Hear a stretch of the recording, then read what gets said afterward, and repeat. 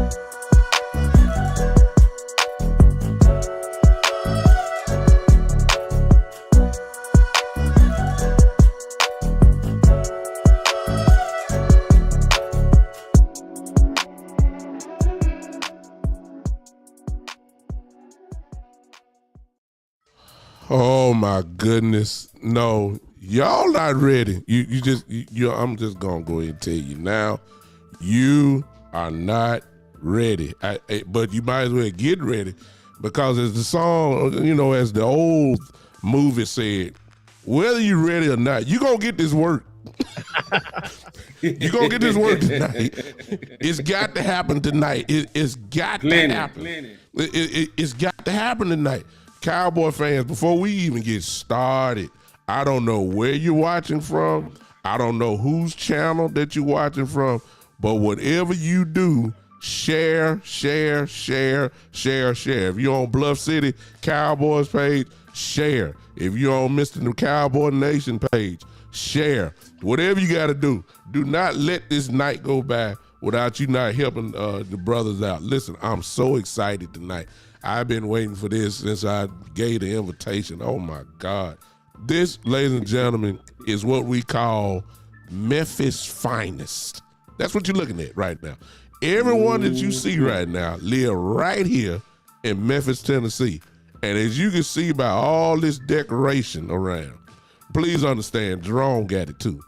But look at Bluff City down there, just shining with the stars just everywhere.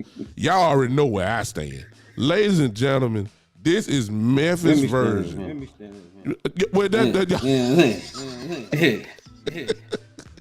It's gonna be never leave home with that. It's gonna be one of these nights. You can already see.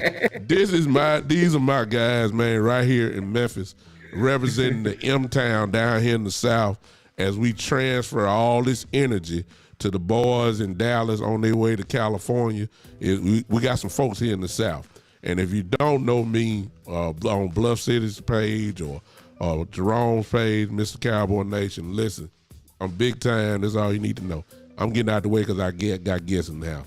I got my guy who I've known for, 20-some odd years maybe, Jerome, Mr. Cowboy Nation McNary. What is going on, dude? Well, I want to start off by saying I want to have a moment of silence for the career that came to an abrupt end in the wild card round. So that butt whooping was for the Raiders. Yeah. And the tuck rule, it was for the Steelers all the time. They cheated you and stole your defensive signal. Yeah. Everybody who's been screwed in the name of Tom Brady. You're welcome. Yeah. Thank you, You're sir. welcome. Thank you, sir. Thank you, sir. There's more to come. I guarantee that. And then the last but not least, we got what I consider is one of the scholar Cowboy fans, one of the analytic guys that I know and have watched his work. Ladies and gentlemen, of Bluff City Cowboys. This is Marcus D. Jones. Come on, talk to him, brother. All right, first of all, appreciate the invite. Glad to be on the show with my Memphis brothers out here talking this Cowboys football. Been following you guys for a while. Definitely respect everything you do. Just looking forward to talking some good Cowboys talk. I'm sure you guys gonna teach me something tonight. And everybody in the comments, make sure you keep the questions coming, keep the comments coming. Should be a good show. Okay, I see in the chat because I just turned it on. I just turned Jerome down. Jerome, talk to me. Let me see what you sound like. 1 2 1 2 1 2. Okay, you say both of them are. Both of us. Okay, I got you. Let me turn it down. Look at this live TV, y'all. Y'all hold your horses now. We gonna be all right. Let me figure this out, and we gonna do it tonight. Hello to everybody on the different pages. I'm seeing a lot of from people that's from different pages on here. What is going on tonight? Listen, we're not here to hog up your evening. We're here to give you our version of what we think are the keys for us to go ahead and advance. The bottom line is this is a revenge tour. They ain't gonna say that, but we gonna say that. That's the first thing. We want the 49ers. I know, Greg, I see we want the 49ers. We ain't running or hiding from nobody. We're not scared of nobody. We're ready to go. So we're going to talk about what we think needs to happen for us to come out with the victory on this Sunday evening and make everybody scared. Because I guarantee you, when we win this game here, the NFL and all you haters will be incredibly scared because your nightmare is about to come true. The Cowboys just very well may be going to the Super Bowl. So let's go ahead and let's talk about that real quick. Gentlemen, I want to start off with our offense. We need to let's figure out ways, and I'll let you guys start it off, and then I'll kind of close it out, and then we'll move on to the next session. I'll start with you, Bluff. I'm going to start with you because I know you're going to have some numbers and analytics and everything else because that's what you do. I'm just having fun. You ain't got it tonight. Okay. Talk to me about what you think we need to do and whether that's matchups or whatever. Let's talk and see what you're thinking about how the offense need to attack this number one defense in the league. Well, first of all, you got to go back to last year. And William Keel just put it up there. I was just about to say it. You look at what happened between last year and this year. This year, we got Pollard involved more. Last year, Pollard only had like 2 or 3 carries. This year, they're going to get a much bigger dose of him. So I think that's going to make a big difference in the game. And then also, when you look at their defensive scheme, they like to run kind of an umbrella coverage where they rush with their front four, and then everybody else is pretty much just kind of build a wall 15 yards. So that's going to open up things for the tight end position and also some of those inside routes with a guy like CD Lamb. So we just got to keep grinding. There's not going to be a lot of big plays to be made. We just got to keep chunking at them 10 yards at a time and make this thing happen. That's awesome. I ain't gonna go with that. Talk to us, Jerome. I already know you ready. What you think we got to do offensively? All right. Okay, offensively, I feel like we have to figure out a way to slow Jordan Bosa down, right? I mean, Nick Bosa, whichever Bosa they got. Slow the Bosa boy down, because this is something nobody is talking about. The San Francisco 49ers back end, a little suspect, right? A little suspect.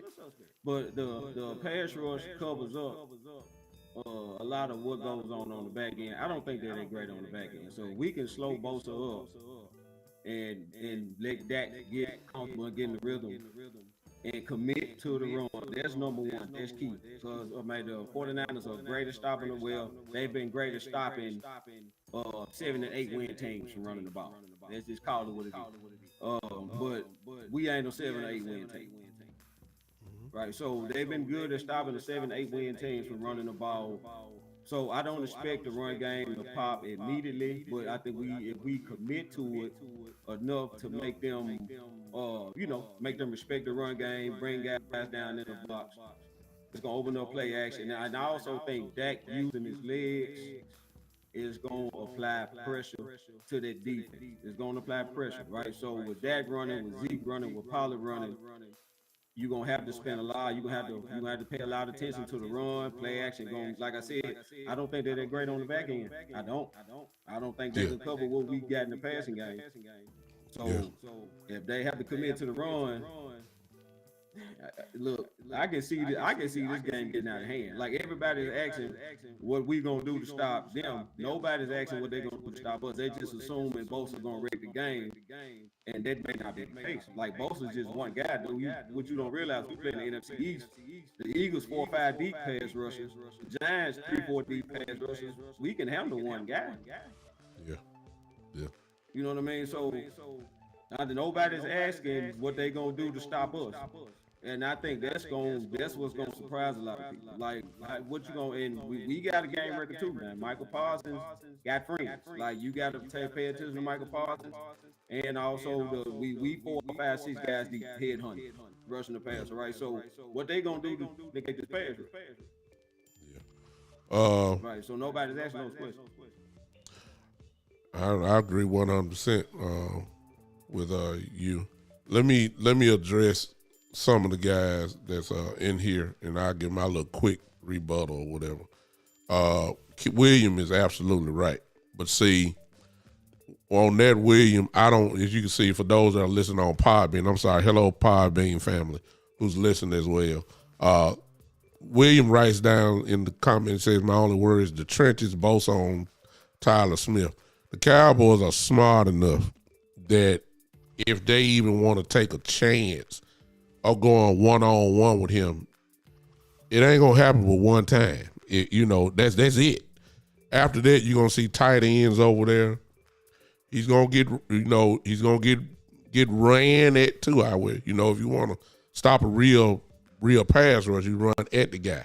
That doesn't necessarily mean that you gonna break one, but it don't necessarily mean you're not. Because you got to go at him to take some of this steam away. We can't be having our tackle on, going backwards on his heels and all that kind of stuff. You got to go get him on that part. One thing I noticed, guys, I looked at it, and I'm sorry I don't have the things here, but I give everybody a little homework, if you will, if you want to do this. I want you guys to go pull up the San Francisco 49ers game by game. And what I want you to notice is every team that they played, whether it's division or whatever, they gave up a whole lot of yards on the back end. I mean, guys were getting 100 yards. I mean, just last week, everybody knew that the only receiver they really had was DK Metcalf. That man had over 10 catches for 136 yards. Mm-hmm. Jamie Ward was getting 8 alive. Now, I'm just telling you, when you look at it, I looked at it yesterday, Arizona, guys were killing them. Yeah, Kansas City, Juju Smith-Schuster had over 100 yards receiving against them when they got the brakes beat off of them by Kansas City. And when you keep looking at it, maybe some of you want to go look at that now and help us out here. I wish I had it here. Go ahead and look at it if you can. We ain't going nowhere. Start putting the number 1 receivers down and put their yardage down if you don't mind helping us. And I'm leading that to say that they're good. Their front 7 is good. But that back end, they can get got. So for all of us that's saying, hey, run, I actually can see, you may not like it, but I can see us spreading these guys out so they can't pack it in. You see what I'm saying?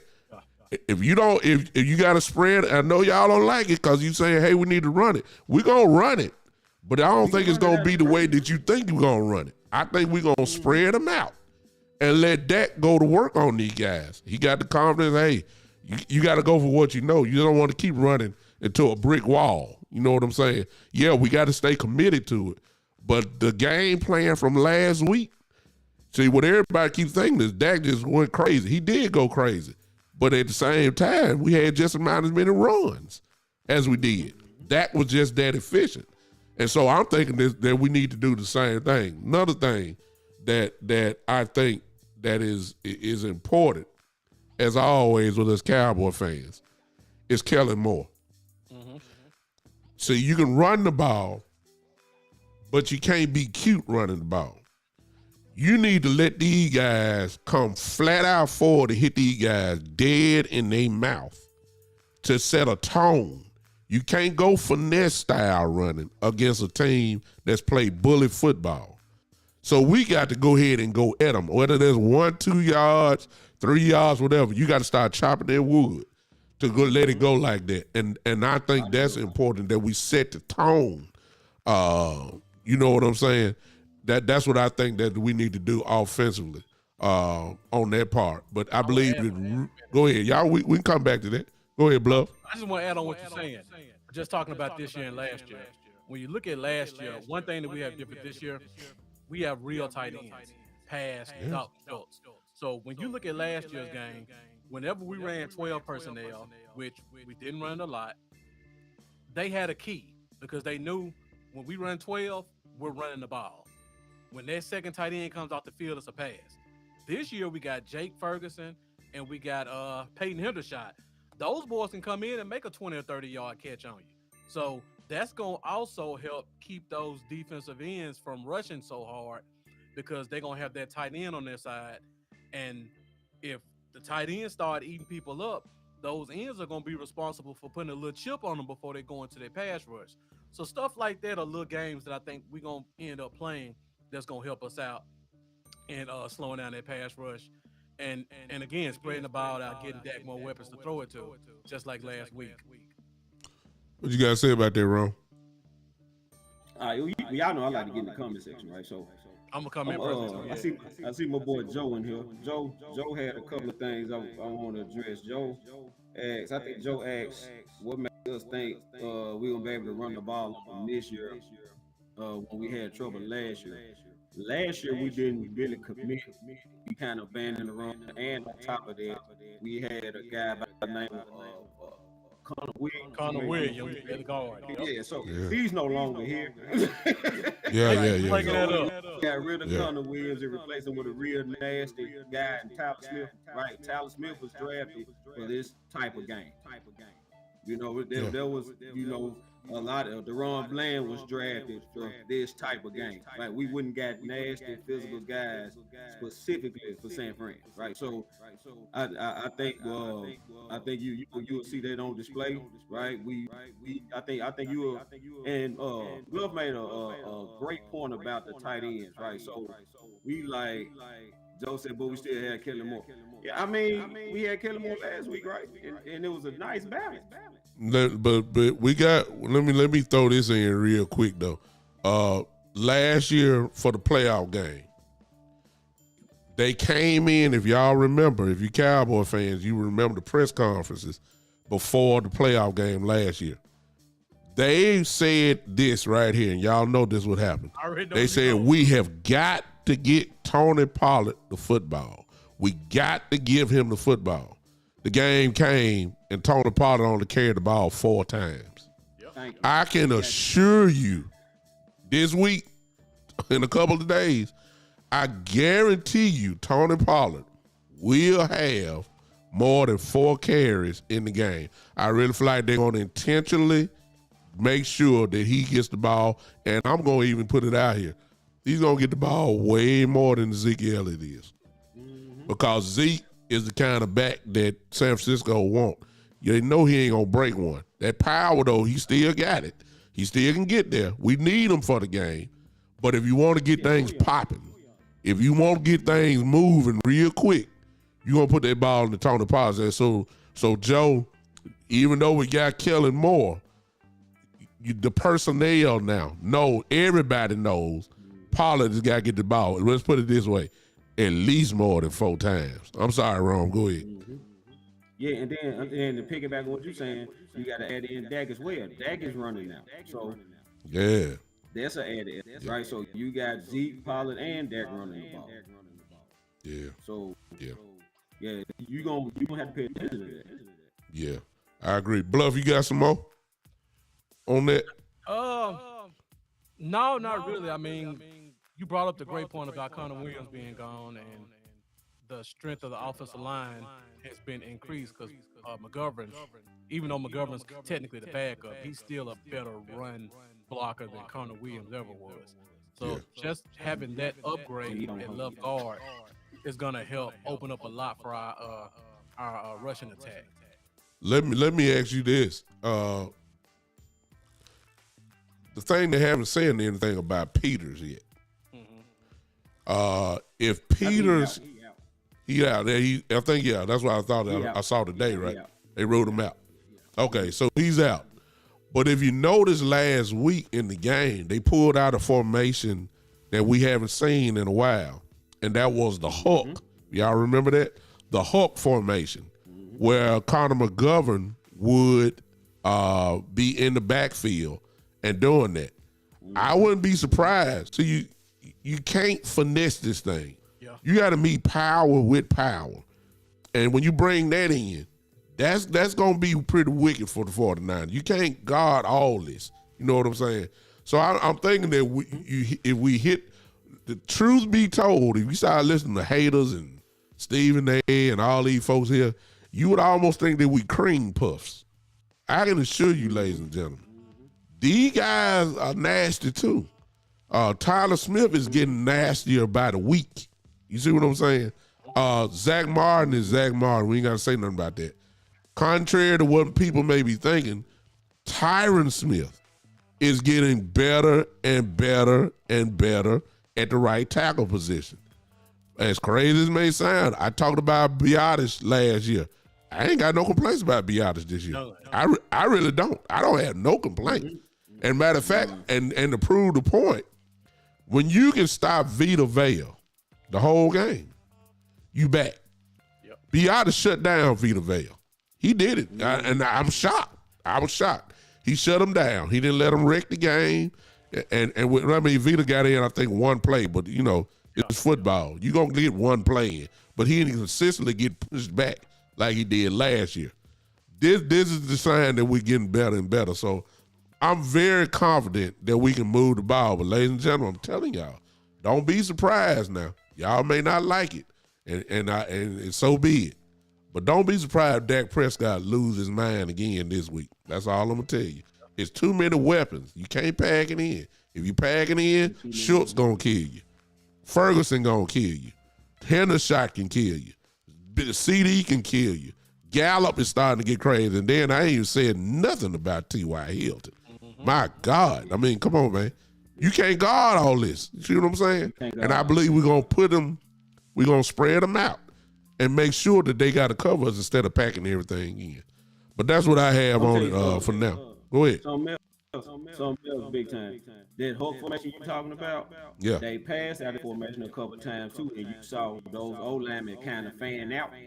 Yeah. And Exactly. Tackles, you know what I'm saying? So I don't. They ain't seen. Let me say this. He ain't getting Tyler Smith and another old line.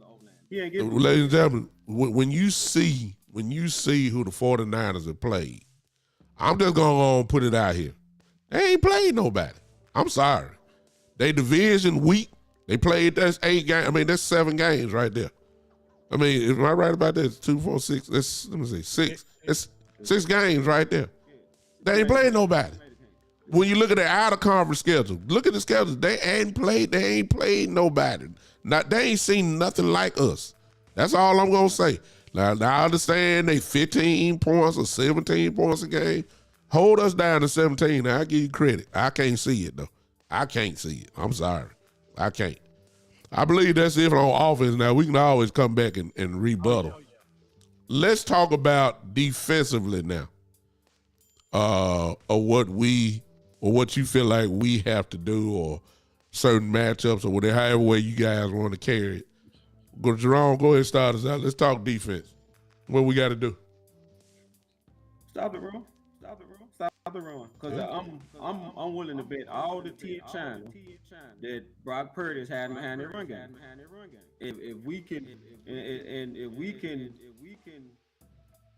we can slow the run down enough to get and let Dak get going. It's the same thing with this team. If Dak is playing the same game and he's in the rhythm, able to, get in the rhythm, find right, and he gets rolling, you about got to throw the run game out the window. Like if like the halftime at Tampa, they couldn't run the ball no more. Dak was on fire, right? So you can't run the ball when Dak gets rolling. You can't line up and run the ball 30 times. You helping us out now, right? You running the clock out for us, and then you still may not get in the end zone, and you took all the time out the clock. You have to drop back and pass, and that's when them dogs start hunting. And I think if we can slow the run down just enough to let that get going, he get a couple touchdowns. We get up a couple touchdowns. Purdy gonna have to drop back, and I'm telling you, when them dogs get to hunting, they can neutralize any QB in this league. I've seen them do it. That we went up the Arrowhead last year and held Mahomes to 19 points in his front yard. Right. So if we can stop that run, I think Purdy gonna fold like a lawn chair. I do. Wow. You gonna have to show me. Bluff. Yeah. I mean, just to add on what Mr. Cowboy said, specifically the off tackle runs, because their bread and butter is hand it off tackle, or fake the handoff and get the bootleg, give Purdy half the field to read, and then you got crossers, you got the post, and then you got the comebacks. That's the whole offense. It's simple. People talk about the formations. The formations are exotic. I give them that. They have great guys that they can put in spots to take advantage of mismatches. That's the personnel. The scheme is basic. We just have to figure out how to get to the quarterback to make him speed up the process before they go through their progression, before he goes through his progressions. So it's all about stopping those off tackle runs. And question for you guys. What are we gonna do? Because this is my biggest concern about this game. What are we gonna do when they put both running backs out at receiver? Who's gonna go out there and cover? Because that's the only thing that concerns me. Because the fullback can run routes just as good as anybody on the team, and we know what McCaffrey can do. So Debo in the backfield, McCaffrey and Juszczyk or in the slot. Who go in the cover? I'll answer at least what I think. Okay. I'm gonna go with the decision. Then becomes: are you gonna get out of your base? Or are you gonna run a big nickel? That's what I want to lead to. Because I don't think that you definitely don't want a linebacker on McCaffrey. We already know that. You can do a linebacker on the fullback. He ain't fast, but he catches the ball. But if they're trying to get the matchup, which is what they're gonna do, McCaffrey runs, routes just like a wide receiver, and he will destroy you if you let him do it. So I think that I'm glad you said that. I think that we're going to see a lot of big nickel packages. And on that note, that's where this is where Bland is going to come into play. This is where Bland is going to come into play. This may very well be, whatever the case may be, he's going to be Rhodes probably is going to play a lot outside. He ain't coming inside. The question is, who's going to play outside? You know what I'm saying? So I think that's the base answer, Bluff. That I think we're going to see big nickel. I'll let Rome talk now. Hey, I appreciate whoever said I look like Thaddeus Matthews. I mean, oh my God, but hey, I appreciate it. Hey, Eagles fan, he ain't got nothing else to do. Ain't nobody sitting around talking about the Eagles, so he got to come over here. Wow. Yeah. Oh man. All right, but yeah, I like Bland in the slot. I like Bland in the slot too. Izzy, Izzy 6'4" can move, right? So, and Izzy played corner in college. Izzy, he not lock it down in the slot, right? But he great in the inside, right? So you got a 6'4" corner that can move.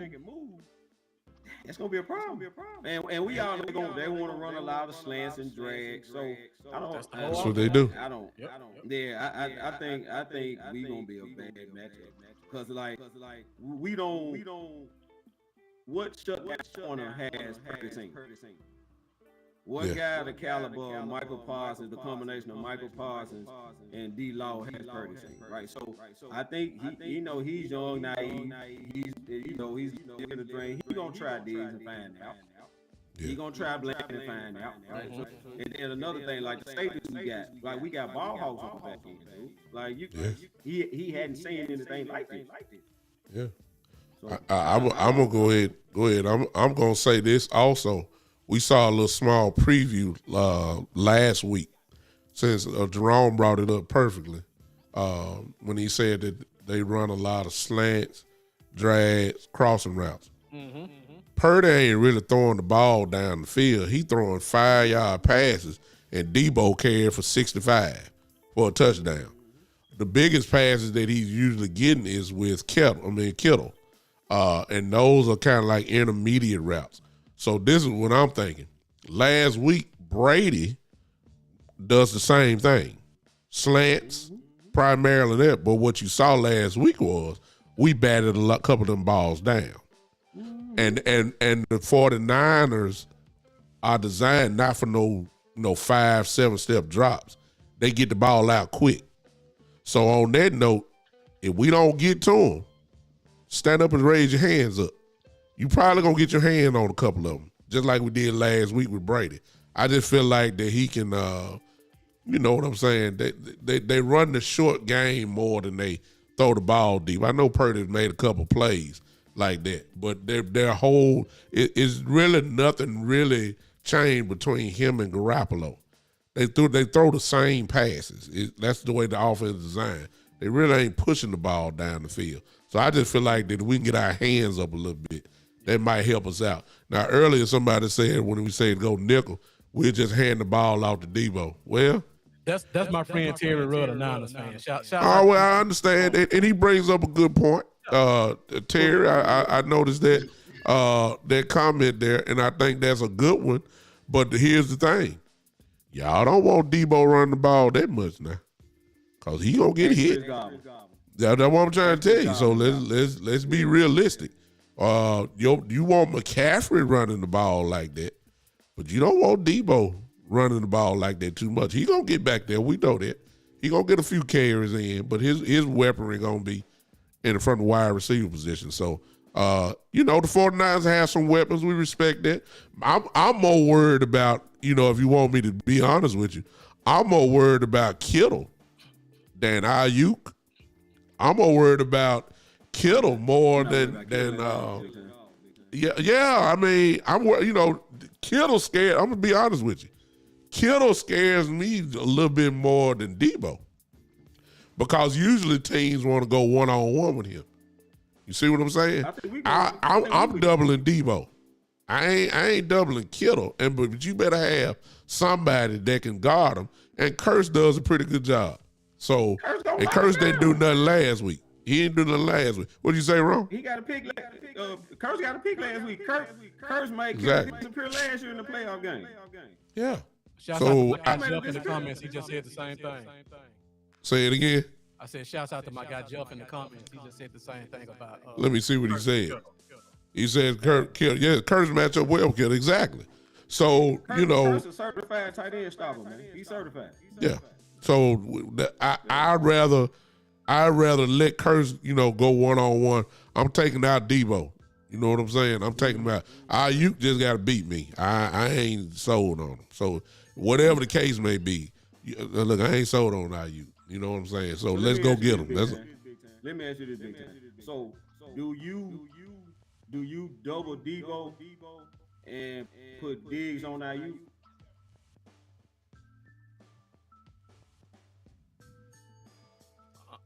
I want to take out Debo, man. I'm sorry. Now, let me take that back, because see, Debo gonna line up everywhere. Yeah, he gonna move everywhere. So to your point, Jerome, if I had to do that, I'm doing what you just said. I'm putting and I really believe that you just said that, because I ain't thinking about that. I believe that's really what not too much. You know what I'm saying?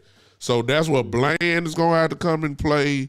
Whoever's the other cornerback gonna be, and I just believe we're gonna have. And see, we gotta be aggressive because when they run the ball, well, let me just sum it up like this. I say this: forget matchup. We have to tackle. We got to tackle this game. We got to hit folks. I'm saying if you don't hit folks this game, we're gonna get ran out the place. We got to tackle. So whoever it is, and that reason why I say that because it just hit my mind. I'm looking for Donovan Wilson to lose his mind this game. The hit man. I'm looking for the hit chain to just come from here with just slaughtering folks. Yeah. I can see it coming. Yeah, man. He got to come and lay wood on folks, let these folks know, we here. You know what I'm saying? We here to play. We here to knock your teeth out your mouth if we got to. So that's all I'm about. I'm loving the match. In other words, it's matchups. I trust Dan Quinn. I trust him. And then the last thing that I'm gonna say about this, Cinderella got to come home. Purdy is living a Cinderella life. He's been shielded by the run game. He's been shielded by their defense. I've always said, sooner or later, the game is gonna have to come to him, and then we're gonna find out what Purdy really is about. See, it's easy when your defense is holding you down to 14, 17 points a game, and all you got to do is throw a 5-yard pass, and he get a 60-yard touchdown. Everybody, oh my God, Purdy. He just threw a 5-yard pass. Debo just took it 60. You see what I'm saying? He ain't do nothing really crazy. Y'all saw that last week. Debo just took a 5-yard pass, ran 60 yards down the field, but Purdy gets it. What happens when the game is tight? What happens when he in a 2-minute drill or a 4-minute drill? He can't lean on the running game no more. He got to drop back pass, and that's when we gonna find out about Cinderella, Mr. Purdy. Cinderella ain't came home yet because ain't nobody got him there. We got the kind of defense, as y'all know, whether you're a hater or you're a Cowboy fan, you know that we got guys that gonna flat out come at him, and we're gonna find out what he really made of. That's what I got to say. Rattle that dude often, like Jeffrey just said. Gotta rattle him, and I think that we're gonna do that. Let me ask you guys this: y'all ain't saying nothing other than I thought about this because of who we playing. I'm gonna say something real crazy. Okay. Michael Parsons don't need to be on the line a whole lot, unless it's just obvious third and 6 on up, because we need him to play linebacker this game. He got to be in there to hit somebody. I'm talking about, and if he's on the line, they're going to run at him. And they're going to try to wear him out. I ain't saying he don't need to line up down there. I'm just saying we need to put him there when it's obvious. But he needs to play linebacker this game so he can roam, because we're going to need him, because we got to make sure we're doing some real tackling this week. That's what I'm saying. What do you think about that, Bluff? 2 things to add on to what you just said. Number one, I don't have a problem with him playing on the line, and I agree with you saying. That's my second point. The first point is I'm sick of him lining up on the left tackle. Now I understand he got this big ego and he's the line and he wants to hunt against the best, but sometimes you got to take advantage of mismatches. And if you looking over there and you see Mike McGlinchey, who've been basically getting ate up all season, and you got the guy that they call the silverback gorilla in Trent Williams, that's arguably the best tackle we've seen in the past 7-8 years. You put him where he can get that money at. So if you put him on the line, you need to put him over there. And secondly, I agree about the linebacker thing, because my biggest concern in this game is, I know he's had a good season, Leighton Vander Esch. The Niners run a lot of off-tackle plays, and he just ain't got the quickness to get there. I know people don't want to hear it, but it is what it is. He ain't got that quickness if he 10 yards back to come down and hit that hole and fight through that trash and make a tackle for 3 or 4 yards. He might make it for 8 or 10 yards, but he ain't making two or three yard tackles. That's where Micah comes in at that linebacker spot. So I definitely agree.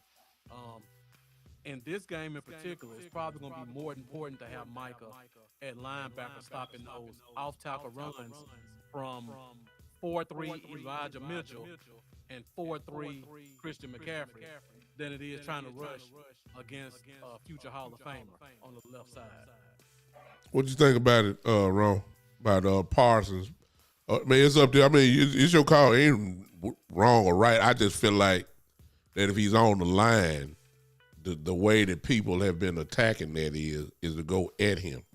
Yeah. And he's he's incredibly strong and big. I mean, and fast. But one thing that he's not compared to offensive linemen, he really not big. You see what I'm saying? Yeah. And if they drive him back, that's the reason why I'm saying other than obvious rushing down. What do you think about it? What I think we kind of need to move him around. Just try to find a huckleberry. Like I'm kind of a Bluff. Don't see if he can see what he can do with Trent. You know, he may give Trent problems with his speed. He may not. Trent may be able to handle it, right? So just see what we got with Trent. If he having trouble with Trent, just move it. Just like they used to do with Reggie White. Just see if we got a huckleberry on the line. If we got a huckleberry, then we'll go there when we need to apply pressure. But another thing that I feel like is gonna be key is Hankins and Bo Hammond. Like them eating up blocks, getting penetration. If they can get penetration on these runs, that'll be awesome. Right? But at least eat up blocks and let these linebackers, come down here and plug these holes. They'll to me on defense, that's gonna be the key. What we can do, like to us making them one-dimensional and getting the ball in their hands is that D tackle position and not getting blown off the ball or getting washed down the line on these off tackle runs. Let me add to that because that's why I like comments in here because they open up things. Jeffrey makes a good point, but I want to change the name. Yeah, Jeffrey. Yeah, Jeffrey got a good one, but I want to change the name. See, both what Bluff and Mr.CowboyNation said earlier about off-tackle runs, all right? If you're going to run off-tackle run, which is what the 49ers do, you got to have guys that can set an edge, all right? The name that even though Jeffrey put it up there, he said Fowler or Sam Williams. Well, let's go ahead and put D-Law top on that list because one thing D-Law does incredibly well is he is a great run defender, and he sets an edge, and he ain't been stopped at doing that in, 8-9 years, however long he's been here. He specializes in that. So that might take, or at least it's going to turn him back inside because D-Law can do that. Sam Williams is one guy that, Jeffrey, I agree with you 100%. As quiet as it kept, Sam Williams is turning into an all-around defensive end in his rookie year. He sets an edge, just as strong as D-Law does. It's fast, it's quick, and he can hold it. And then I ain't got to say nothing about his pass rushing. If you've been watching games, you know he can get there. So I think that, Jeff, you made a great comment there. Fowler's the same way, but Fowler's more of a rusher than a run, an edge guy. He can do it. But you rather want some strong guys in there that can really set it. That's D-Law, man. D-Law and Williams, I really feel can do that.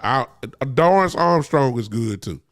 Dorrance Armstrong is good at running. So I really believe we can make sure that McCaffrey don't get outside or Debo or even Mitchell the same way. I just really feel like that we can do that and turn the guys, and our guys will be there to play on that.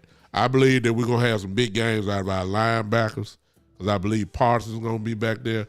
LVE has been on fire for the last, 6, 7, other than he was hurt. Yeah. But the other linebacker that needs attention as well is, y'all hear me? Oh, God, I forgot. Clark. If Clark is doing what he's doing, we got speed out there. and power. He's fast. And he's a headhunter too. So we got guys that can do it. I just really feel like we match up well, against these guys. I really do. And I feel like the defense gonna step up big on that. Somebody asked something about earlier, and even though we said we were gonna do, we talked about. I saw somebody ask something about our kicker. I'm just gonna go on and say this now. I don't think it's a factor at all. I think he, they say he didn't miss hardly at all this week in practice, so I ain't worried about it. Yeah, I'm not worried about it. I ain't Bluff. Let me just kill this. Are you worried about him at all? No, this ain't gonna be a field goal game anyway. Gotcha. Jerome, do you feel like this gonna be you worried about him? Nah, I mean he threw a bad game. Like how many times have he been money out here? So oh yeah. Yeah. So but it's another special teams that I want to talk about that I ain't even think about. Man, everybody, wouldn't it be nice if Turpin do something this game? I mean, he does something when he gets the ball, but I'm talking about really going to put it in the end zone this week. Wouldn't that be incredible? He's due. He is due, y'all. And he's getting so close. And I just feel like he can be the X factor if we get to give him the ball. Talk to me, Ron, about that. Yeah, that's another thing. Like we don't know what they special teams. Ain't that great? Right? So yeah, we don't know. Like so they may have trouble covering the punch. Yeah. Right. So if that's the case, they in trouble because he'll hurt you. Can't go into the house. Yes, sir. Yeah. Bluff, what you feel about Turp this week? Man, I'm just like you. I've been waiting 7 weeks to see him break one. He's had about 2 or 3 almost, and I'm like, next week it's got to be coming. It's got to come, man. I feel like it's coming. Pretty much. I've been doing a lot of sports gambling this year more than usual. Every week I put $3 on Turpin for a touchdown. Faithfully. Yeah. Hopefully I get paid off this week. He gonna break one eventually. It's got to happen, man. If you keep giving him opportunities, he gonna bust you. I just feel like this might be the week. It'll be big too if we did that. So, ladies and gentlemen, that's what we think was gonna happen. I've looked at some of the comments in here. Somebody, William Keefe, just said, okay, let me put this in. That's a good question. William Keefe says, do we start Watkins and Hankins or Osei and Hankins? Go ahead, Bluff, since you got the big box there. You can start that one off. Well, I know this is contrary to what most people believe, but if you want your 2 best run blockers out there, it's Watkins and Hankins. Watkins has been quietly our first and second best run defender for the past 2 years. That's why he keeps coming back. That's why Neville Gallimore's been inactive for half the season.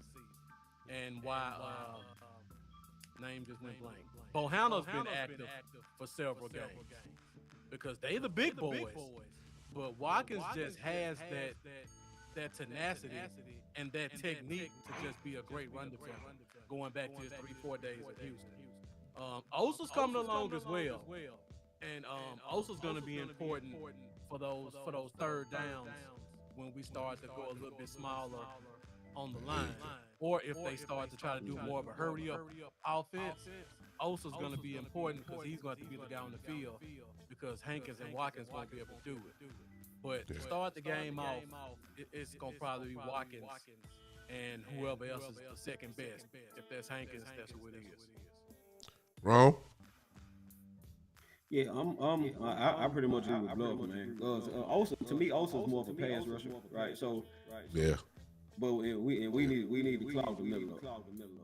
Yeah, I'm gonna agree with Bluff on that as well. I think that for the game that the 49ers play, you need power, and that's Watkins and Hankins up there.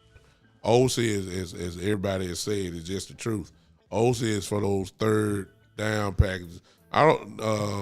Tavis asked about Gallimore. Is never. Is he ready to go? I don't know. He wasn't ready to go last week. Was Gallimore ready to go last week? I think he could have played if he was inactive. See, he was made in that he didn't make the roster. He was a healthy scratch. He was a healthy scratch. So I'm almost sure he was. Him and Bohanna both. yeah. That healthy scratches. So you don't want to take Watkins off the field. That's for sure. And you don't want to take Osei ain't coming off anyway.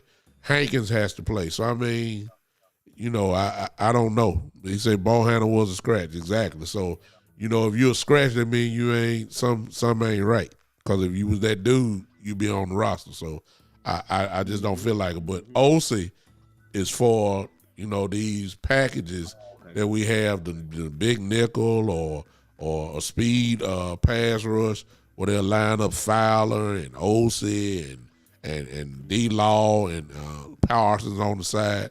They put that, depending on how you want to call it, some of us call it NASCAR package, where you get all your fast defensive linemen in. That's where Osei going to come into play.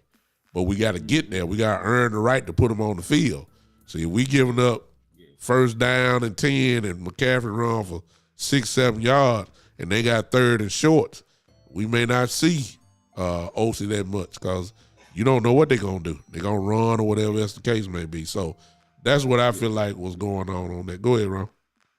Yeah, but I think they've learned that they have to earn the right to pass rush. Like, if you watch a lot of the sideline videos, you will see. I think it was either Bohanna or someone of the big D tackles saying, we got to take our business, then we can pass like that. So I think they've learned that from the Green Bay games and the Jacksonville games. We basically we so focused on rushing the passer. Not so much stopping the run, right? So I think Dan Quinn did a great job of relaying that message. Hey, we have to stop the run. We stop the run, then we can go hunt. Yeah. So I think that's a lesson that they learned throughout the season. My boy Tavis said Bohanna had a knee, but he's full of practice. So you may see Bohanna. Yeah, I hope he make the roster. We need that beef up there. Big old plug in the middle. Yeah, we need that bad. All right, ladies and gentlemen, before we get to our last topic, I'm going to ask Bluff and Cowboy Nation, give me y'all prediction. I already know what we going to think we're going to win, but what's the score prediction? Ooh, man, you going to put me in the back like that? Yeah, I got to get in it with you. I got to do the same thing. All right, so I'm gonna be honest, y'all. And I know it sound like a home, right? But I feel like and another thing a lot of people not bringing up is that Shanahan was Dan Quinn's offensive coordinator in Atlanta. Dan Quinn is very familiar with his offense. Big, that's big. Right. So I don't know, man. I can really see this going left. I can see this going left. If we come to play, this game can go left. Wow. Right. So and look, Geno Smith scored 23. I know that good for at least 30. And Geno Smith gave me 23. Right. So I'm gonna go. Give me 34-20. Woo. I think, give me 34-20 Cowboys. Woo. Everybody that's in the chat box, you can go ahead and help us out here. Go ahead and put in your score. Some people are already doing it. Put in your score real quick. Yeah, Joe said 35. Yeah. You think Maher gonna make his extra points? Yeah, that's what he think. Bluff, come on, give me your score, man.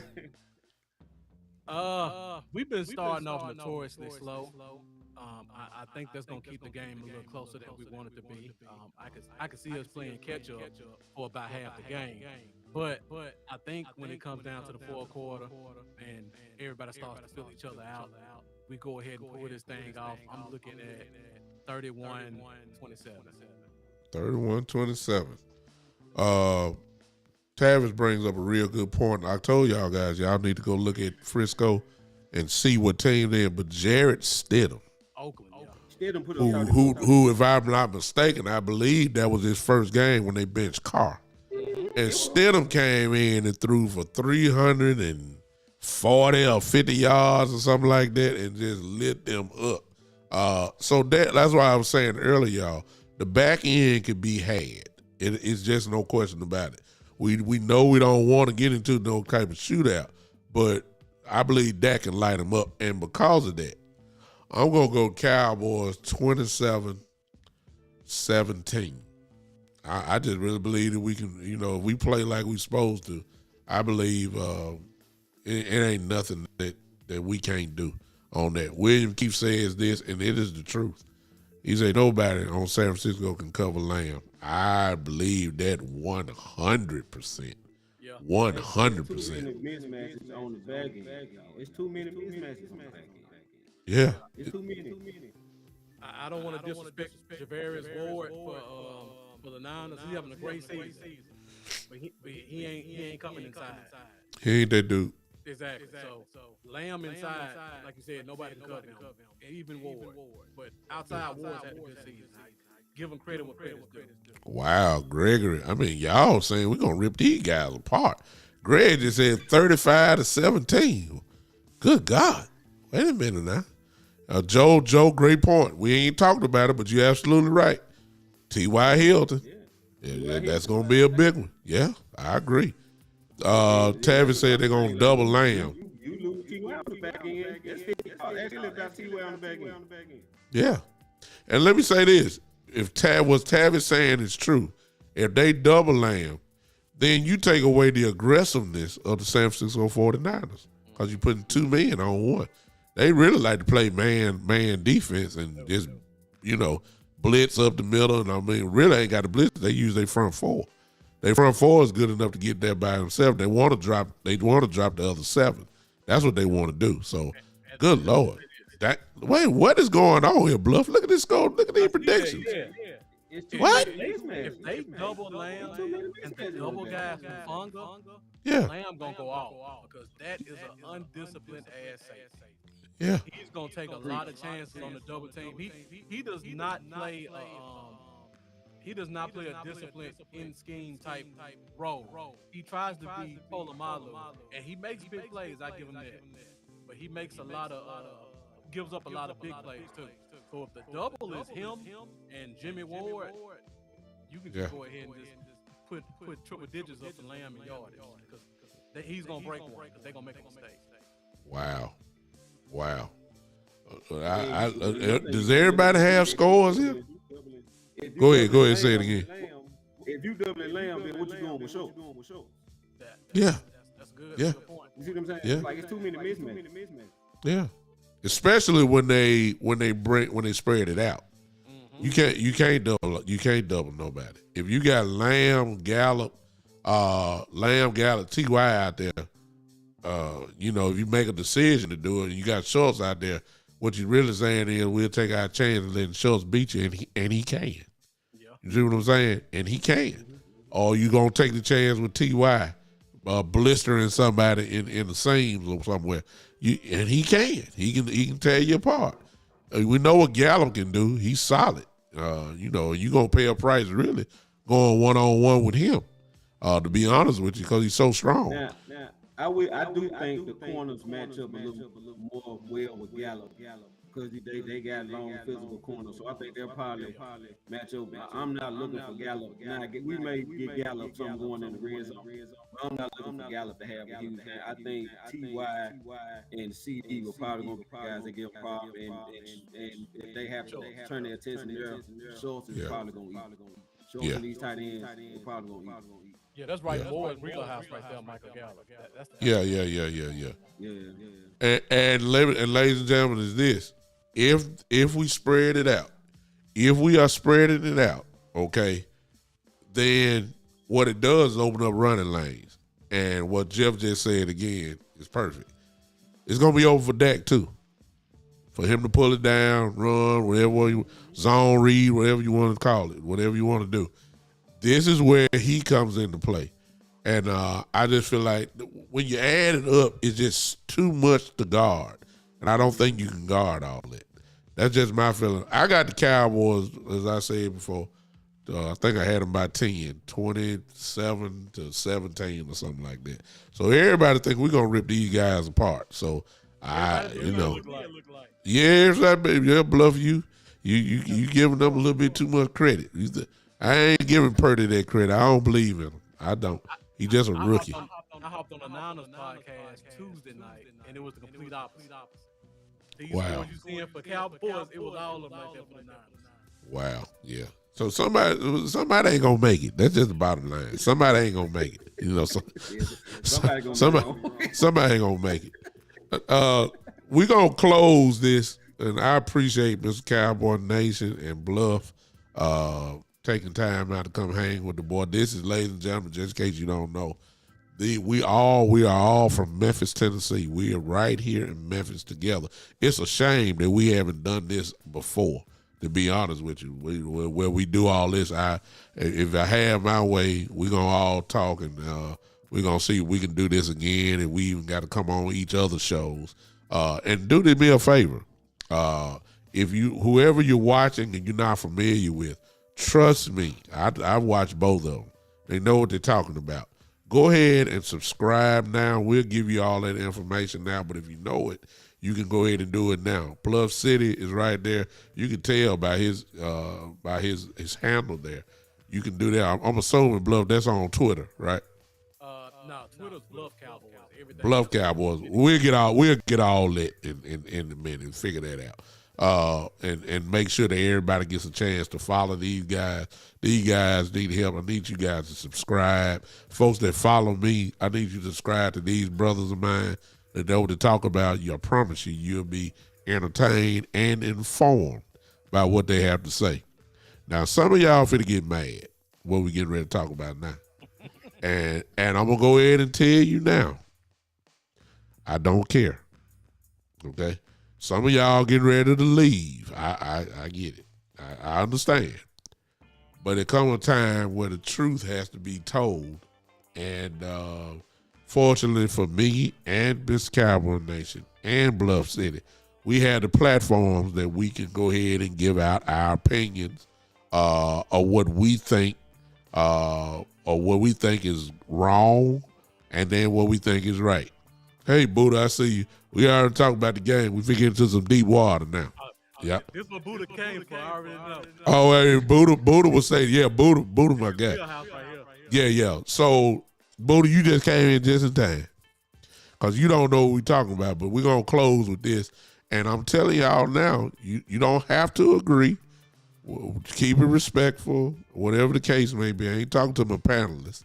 But we got to talk about this because we see a problem that really has been in existence for a while, but it's really getting a little bit out of hand. And that is the black coaches in the NFL and the firing of black coaches and being replaced by people like Jeff Saturday, who came out of a booth.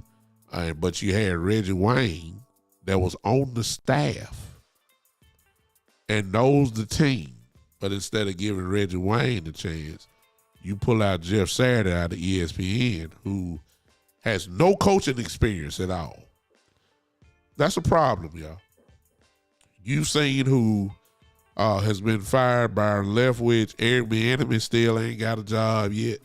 The list goes on. Jim Caldwell, who's a great head coach, still ain't got back in the league yet. And you know what I'm saying? But you get all these other people who get it, and we got a problem. And I'm going to get out the way because I really didn't want to talk about this because, but I ain't going to leave him by himself.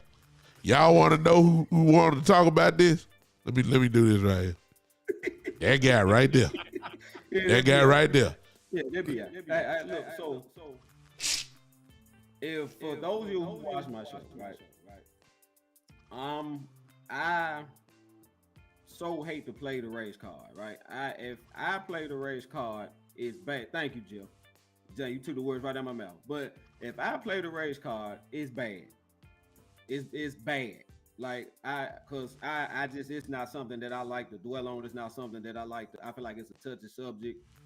Sports, especially football in general, something that brings everybody together. That's what I love about it. But wrong is wrong, right? So the Lovie Smith situation, Chris Hennigan, what it do, man? Night Owl in the building, right? So the Lovie Smith situation really rubbed me the wrong way. It really rubbed me the wrong way, right? So Houston was a whole hot dumpster fire before he got there, right? You hired this man. You hired this man, and to me, you hired him because everybody was smelling something was stinking in Houston. Everybody was smelling it. So you had Lovey to look to kind of it was well, look, we hired a black coach. It ain't as bad as everybody think, right? And you fired a man after one season when you basically gave Lovey Smith a practice squad, dude. He had no talent. Only thing he had was Pierce, the Pierce kid. He had no talent, and you fired him. So what did you expect him to do with the practice squad? Like, you see what I'm saying? Like, what did you expect him to do? What was the expectations? What did you guys really expect with no franchise quarterback, no number one receiver, right? Brandon Cooks is not a number one receiver. If we would have traded for Cooks, he'd have been number 3 option at best. Don't right? They No number one receiver. They got their picks. They got all those picks from the quarterback, Deshaun Watson trade. Yeah. Didn't really do nothing with them. Didn't do nothing with them. So, and that's Lovey fault? Like, you find Lovey? Right. I just, and then, especially after the Brian Flores situation, we all know how ugly that got, right? And to turn right around and do this to Lovey, right? And then, and on top of that, we, like Byron Leftwich. So now all of a sudden Byron Leftwich is a trash OC when we were just praising him a couple years ago when they won the Super Bowl, right? He was one of the hottest head coaching candidates just a couple years ago when they won the Super Bowl. Mm-hmm. But at the same time, that was all Brady, right? Nobody said, man, Byron Leftwich is dialing it. It was all Brady got all the credit, and when they sucked this year, well, Byron, this your fault, you out of it. Right, which means that Brady then got him fired. Well, let me get out of here. Go ahead. Preach. So, and to speak to that, so if Brady go in there and say, nah, Leftwich is a good guy, I need him around. You think they fired Byron? Not at all. No. Right. So, and then the Rooney Rule, which is a sham, right? So, and we put the Rooney Rule in place. And excuse me. So this is an organization that has end racism written on the field of every game, right? But we doing this to black coaches. You understand? So, and so the Rooney Rule states that you have to interview a minority candidate, right? And when you look at it, they are recycling the same 4 candidates. Everybody are interviewing the same 4 black guys to satisfy this rule. Right, knowing damn well you're not gonna have. Like, what are we doing? What are we doing? And we thinking nobody sees this, right? Nobody sees this. This is cool. Like, we just man. Somebody gotta say something. Like, and I just want to say, next time I go on air, I'm gonna talk about it again on my show. Like, this is not right. This is not right. And it's been like Jeff Saturday thing. Was absolutely terrible. You got Richard Wayne, who had been in camp with these guys, been in the trenches with these guys, and your excuse was, well, Jeff Saturday was a former player, he know the team. Well, what the hell was Richard Wayne? What the hell is Richard Wayne in? Just a Hall of Fame wide receiver who gonna be in the Hall of Fame eventually. He gonna come on now. Go ahead. Like, what we doing? What we doing? That my boy just said the Rooney was BS. Total BS. Like, and like this, look, somebody got to say something. Like, and I'm sorry. Like, if I'm rubbing people the wrong way, I'm not really sorry because it's wrong. So, like, if you disagree, then we can agree to disagree. But from my vantage point, if it look like a duck, walk like a duck, quack like a duck, it's a duck. It's a duck. Wow. Well, that's I knew he wanted to talk about it. I didn't know he was gonna come out strong with Bluff. Go ahead and follow that up. My goodness. I throw a couple points out there. I mean, it's a shame what they did to Byron Leftwich, because the only way most coaches can become a head coach is to be a successful offensive coordinator. And by them firing him, they basically just sent his career back 5 years. because now he has to go somewhere and be a quarterbacks coach for 2 or 3 years before he can get another OC job for another 2 years before somebody else will consider him for a head coaching position. And another thing I want to point out, talking about, you talked about Houston. That's one of those coaching positions that's going to be open. You know that's where they're going to run all the black coordinators through. You talk about Keenan McCardell with Minnesota, doing a great job with A.J. Jefferson, turned him into the best receiver in the NFL. They're going to run him through there. D'Amico Ryans, who's doing a great job with the Niners that we're about to face. His time has come due to get a head coaching position. You know they're going to probably try to run him through there. So it's going to be an issue trying to get these black coaches into prime head coaching positions. It's almost like Houston is becoming an area, like you said, Cowboy Nation, where this is our flag to be holding up. Oh, the Rooney Rule is working. We got a bunch of black head coaches come through the NFL, but if you look at it, Romeo Cornell, Lovie Smith, it's another one too. I can't think of the name on top of my head. They all flow through Houston. Those are the head coaching positions.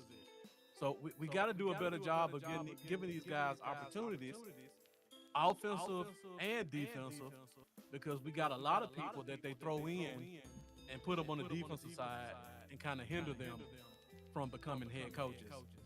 Case in point, what's the coach that was with Cincinnati for all those years? Hugh Jackson. Jackson too. Yeah. He was a defense. They put him on as a defensive guy when he was pretty much an offensive guy until he got a chance to come to Cincinnati and somebody vouched for him. And one more I got to bring up, because this is the one that bothers me more than anything. How is Jim Caldwell not a head coach in the NFL? Exactly. Jim Caldwell has 2 losing seasons. One of them, Peyton Manning got hurt. The other one was in Detroit. Okay, it's Detroit. He was in Detroit for 4 years. He had 1 losing season in Detroit. Yeah. That alone should get him a head coaching job somewhere. But he can't find one. He should be the first candidate everybody calls over a guy like Sean Payton and some of these other hot shot guys they bring in from college, which everybody knows they're gonna fail, except obviously the people who call the shots for NFL teams. Jim Caldwell should be at the top of everybody's list, and for some reason he's not. What has it been? Wow. 3-4 years since he's been a head coach? I thought it was longer. But we praise the head coach that's in Detroit now because he got them to one game below 500 season. A candidate for coach of the year. Yeah. Jim Caldwell, and they fired Caldwell after that would have been his worst season in Detroit in 4 years. Yeah. Wow. That's a shame. You done, Bluff, but you still got some more on that meat on that bone. Nah, Jim Caldwell's the one that really gets me going. It's a shame that he ain't got a coaching job. I'm gonna go ahead and just call it like it is. You know, you just heard all the examples, and I'm quite sure some of you people in the chat box have even some more names. I'm just gonna call it like it is. It's systemic racism. It's just the bottom line. Most people put that with corporations and all that. It's in the NFL as well. So you got a bunch of 70, 80-year-old men, older Caucasian men, who will not let a black man run the organization. They just don't want that. And if they do, they're not giving him the power or the patience that they would give to somebody else. It's just that simple. I'm worried about Steve Wilkes, the interim coach for the Carolina Panthers. What else do you need to see? He brought the team up from the dead. You know, come on, man. Why that interim tag has not been taken off yet? I don't want. He had Sam Darnold looking like a Pro Bowler. I don't get it. They got loose then. Go ahead, bro. We were almost facing them last week. It was exactly. Thank you. Yeah, they were dead. I'm saying, like, I understand you got to do the coaching job, but this dude, he proved it.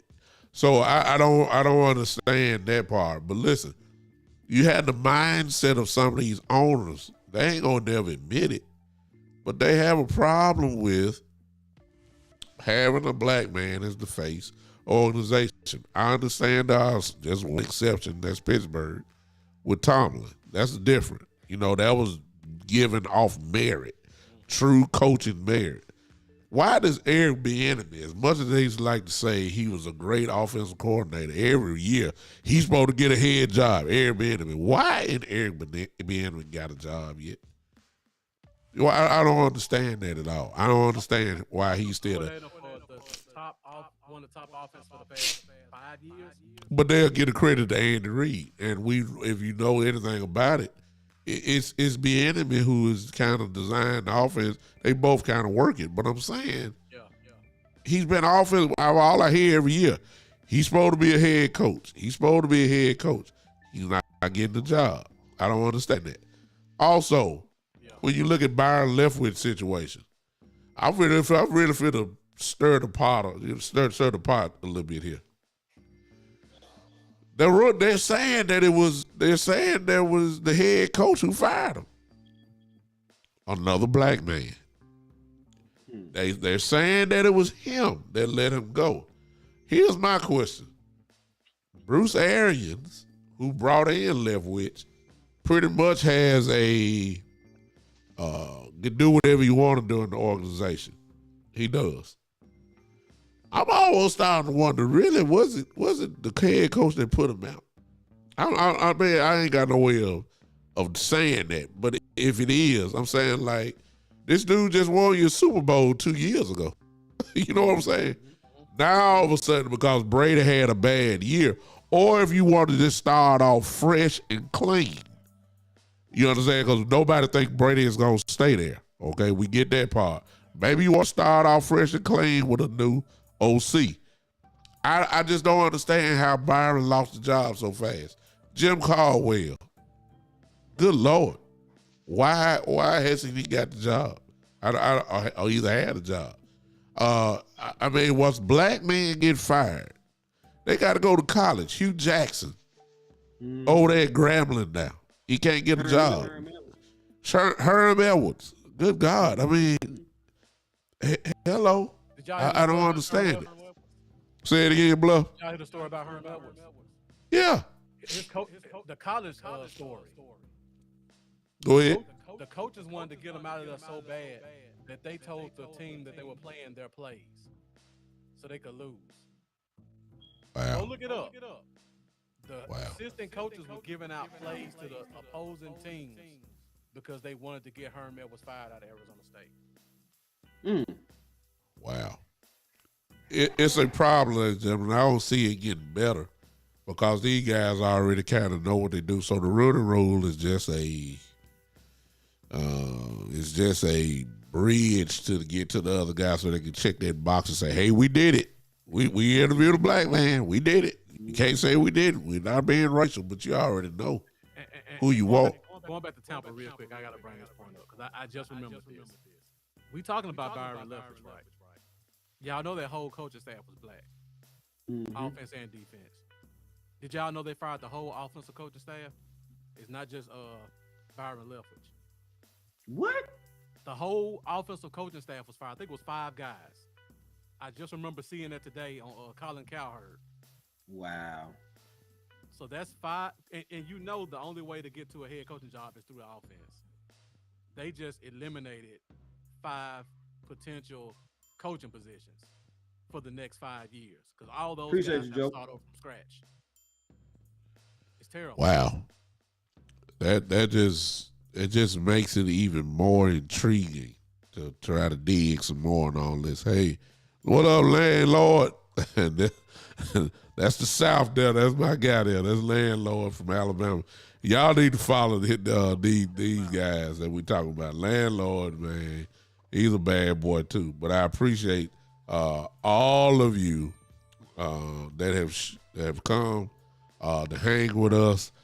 We the Memphis boys, all us from Memphis live right here. These are great podcasters that know what they're talking about. I'm asking everybody if you're following me or or if you follow one of these guys, I hope that you support all of us real quick. So since landlord, excuse me, I said landlord. Since Bluff has the big box over there, Bluff, tell us where everybody can find you. All right, guys, you can find me on Facebook, YouTube, and Instagram at Bluff City Cowboys. I'm not active on Instagram, honestly. So if you want to find me, Facebook, YouTube. You can also find me on Twitter at Bluff Cowboys. I've been kind of taking a hiatus during the winter months, just taking care of personal stuff. But I will be coming back February, March to talk draft talk and also hit this free agency. So find me on the Cowboys Zone every Wednesday night, 8:30 Central Standard Time. Wow. You need to come on back, dog. We need you. I'm here, man. I just got to take care of some personal stuff. I can't do what I want to do by myself. But I understand. if anybody wants me to hop on the show, I'm more than willing to take some time to do it. Well, you might as well get ready because I'm calling you, dog. Yeah. Tavis, I couldn't have said it better. We are the Memphis Cowboys. That's us. We all right. Jerome, let everybody know where they can find you, man. Nice. So y'all can find me on Facebook, Jerome, Mr.CowboyNation, McNary. My show is shot live, comment section. We out here, So the show was shot live on my page, Jerome, Mr.CowboyNation, McNary. It's then transferred to my YouTube channel, which is my name, Jerome McNary. So you search that on YouTube. It's also like then the audio was uploaded to Spotify. Search Let's Talk Football with Mr. Cowboy Nation. There's a lot of Let's Talk Footballs, but there's only one Let's Talk Football with Mr. Cowboy Nation. Can you dig it, right? So that's where I'm at. But like Tuesdays, 6:30. We kind of have trouble starting on time.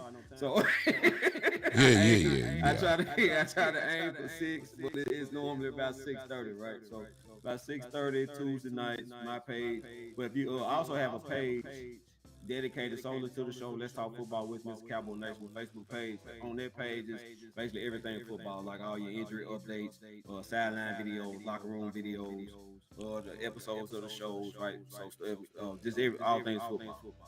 Awesome. And so when I'm not on Tuesdays, I move the show to Thursday, but you'll be in the loop. If you follow one of those pages, you'll be in the loop on when the next episode, whether it's Tuesday or Thursday. Bad boy.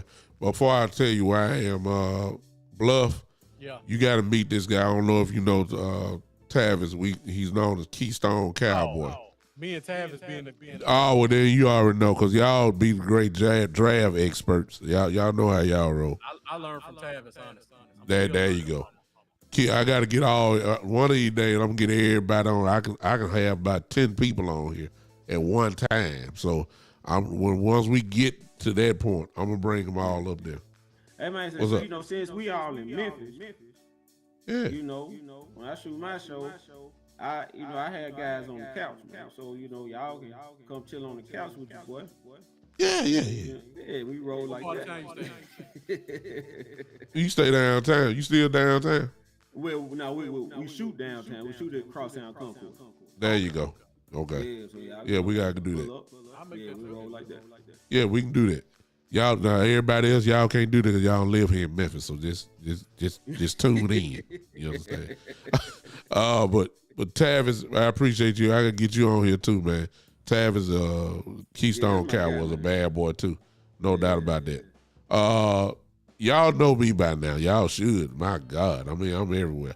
But primarily, if you want to follow me, I make it very, very easy. That is, just follow the Big Time Show on Facebook or the Big Time Show on YouTube.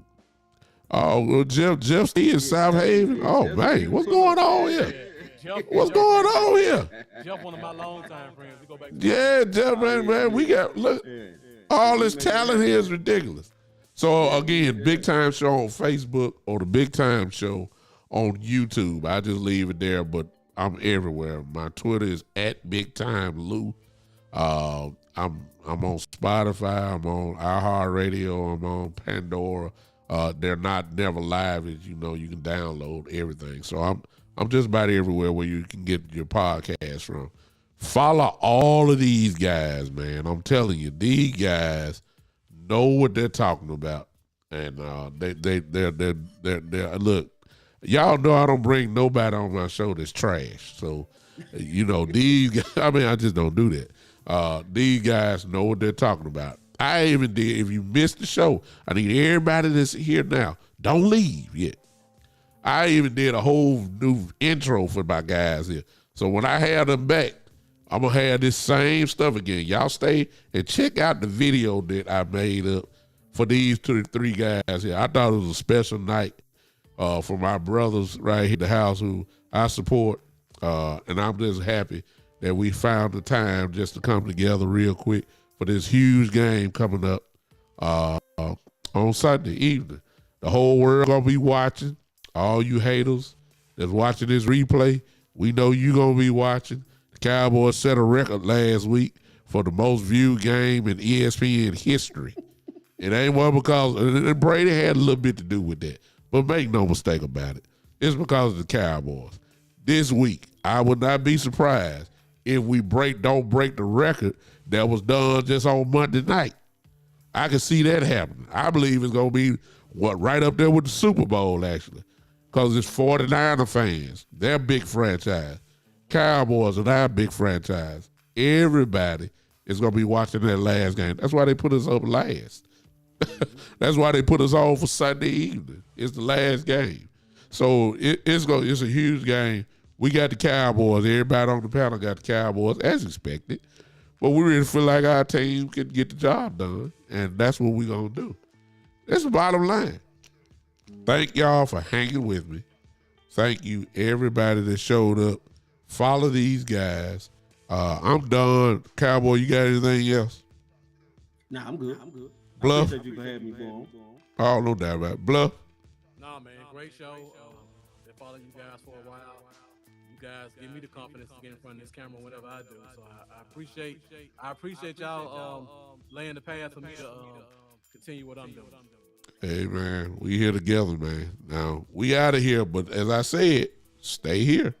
We gone. When the music stops, we gone, okay? But I want y'all to see this fire video. Matter of fact, if it's fire, put that emoji in there real quick. I'm out of here on behalf of Let's Talk Football, Mr.CowboyNation. On behalf of Bluff City Cowboy Podcast. Y'all know what I am. This is the big time show. And we all family here. I'm changing the name right now. The Memphis Cowboys say good night. Good night. We out of here. Y'all put y'all hands together. Bob your head. Watch this, y'all. We out.